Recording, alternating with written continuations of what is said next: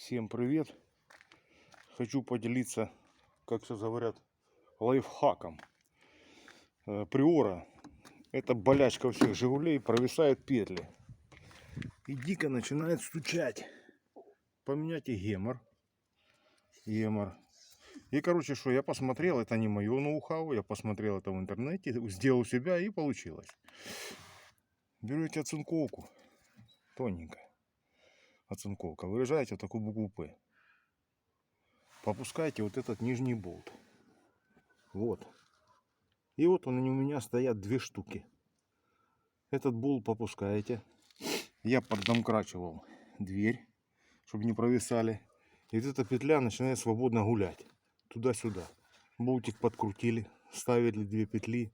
Все, стук ушел. Это так дико бесило. Сейчас в салоне тишина. А когда оно тук-тук-тук-тук-тук, сука, уже под конец, блин, башка разрывается под конец дня. Ну, кто в теме, тот знает. Все. Вот такие вот две петли из оцинковки спасли ситуацию. Еще раз говорю, это не мое ноу-хау, но решил поделиться.